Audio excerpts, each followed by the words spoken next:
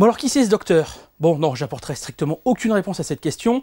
D'accord, c'est le 50e anniversaire de Doctor Who cette année, mais moi je vais vous parler du 60e anniversaire. Le 60e anniversaire du professeur Quatermass. Alors Quatermass, c'est qui, c'est quoi? Bah c'est de ça dont je vais vous parler aujourd'hui. Quatermass, le nom vous dit peut-être quelque chose. En effet, c'est le héros d'une série de longs métrages qui a été produit dans les années 1960 par la Hammer. Ces films sont sortis en France, ils ont connu un certain succès, ils sont souvent rediffusés. Quatermass, c'est lui. Mais Quatermass, à la base, c'est de la télé. Comme vous pouvez le voir là, c'est une production télé en noir et blanc qui date de 1953, pour la première. Alors Quatermass, en fait, c'était écrit par Nigel Kneale. Nigel Kneale, c'est un nom absolument inévitable si vous vous intéressez à la télévision britannique et à la télévision de science-fiction. C'est lui, notamment, qui a écrit également The Year of the Sex Olympics, qui était le premier téléfilm dont je vous ai parlé dans l'ancienne version de ce blog. Alors The Year of the Sex Olympics, malgré le titre, c'est pas du tout du porno, je suis désolé, c'est surtout une dénonciation de la télé-réalité avant l'heure. C'est absolument génial, revoyez ce blog, parce que franchement, c'est un truc à voir.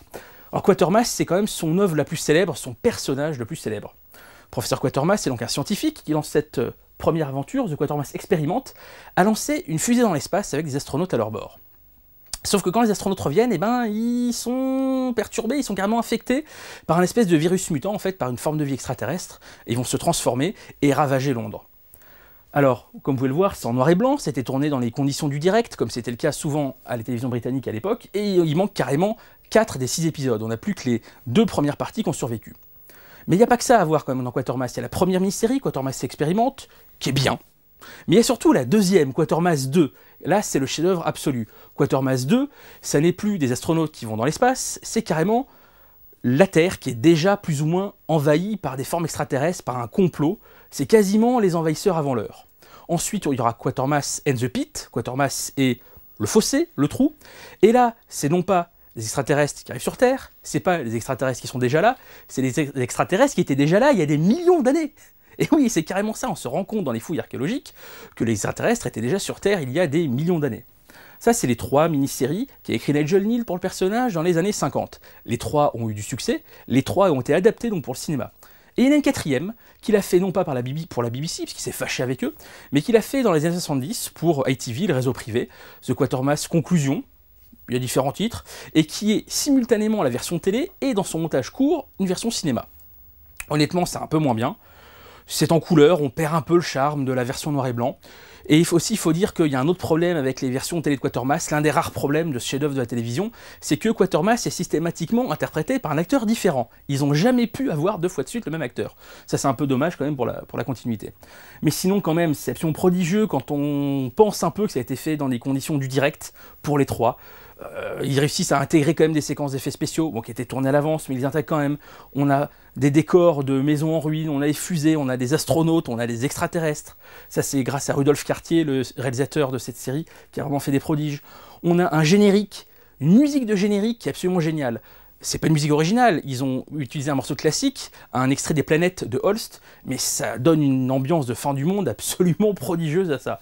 Donc, si vous aimez la science-fiction, Quatermass, les extraterrestres à la télé, c'est un peu l'ancêtre de Doctor Who en même temps, puisque le principe de toute l'œuvre de Nigel Kneale, dont Quatermass, c'est d'expliquer des phénomènes surnaturels avec des explications scientifiques, mais tout en restant quand même terrifiant. Même une fois qu'il expliquait tout ce qui se passait derrière tous ces phénomènes, que ce soit des fantômes dans Stone Tapes par exemple, ou les monstres avec les extraterrestres dans Quatermass, ça brise pas du tout le côté terreur angoissante. Au contraire, c'est même encore pire. Et c'est exactement ce qu'a fait Doctor Who, parce que si vous suivez Doctor Who, vous savez très bien que la magie n'existait pas dans Doctor Who, le surnaturel n'existe pas, il y a toujours une explication, un extraterrestre, une explication de science-fiction, de la chimie, de la physique quantique, que sais-je encore. Mais on garde quand même, malgré tout, cette fascination. Et c'est ce qu'a fait Nigel Kneale au départ, d'ailleurs. On lui a même demandé de bosser pour Doctor Who, mais lui, il trouvait ça un peu trop enfantin. Lui, il voulait vraiment faire de la science-fiction adulte. D'ailleurs, avant Quatermass, une de ses œuvres les plus célèbres pour la télé anglaise, c'était une adaptation de 1984 de George Orwell avec Peter Cushing dans le rôle principal. Donc c'est vous dire un peu ce qui, lui, le passionnait. Donc, faut pas non plus avoir peur du fait que Nigel Kneale n'aimait pas trop Doctor Who. On peut très bien aimer les deux, il n'y a pas de souci. Donc franchement, Quatermass, moi, je vous le conseille d'autant plus que, comme bien souvent, pour les choses dont je vous parle, ça existe en DVD, en Angleterre. Dans ce coffret, vous avez les 3 premières mini-séries, les 3 qu'il a fait pour la BBC en noir et blanc. Évidemment, pour la première, comme je vous l'ai dit, malheureusement, on a perdu les 4 épisodes de la fin, on n'a que les 2 premiers, comme avec Doctor Who d'ailleurs, c'est le même souci. Mais il y a un résumé qui vous explique ce qui se passe dans ces derniers épisodes. Il y a la 2e mini-série, il y a la 3e, la 4e, elle existe chez un autre éditeur. Donc voilà, Quatermass, vraiment, c'est un classique de la télé tout simplement. À la prochaine.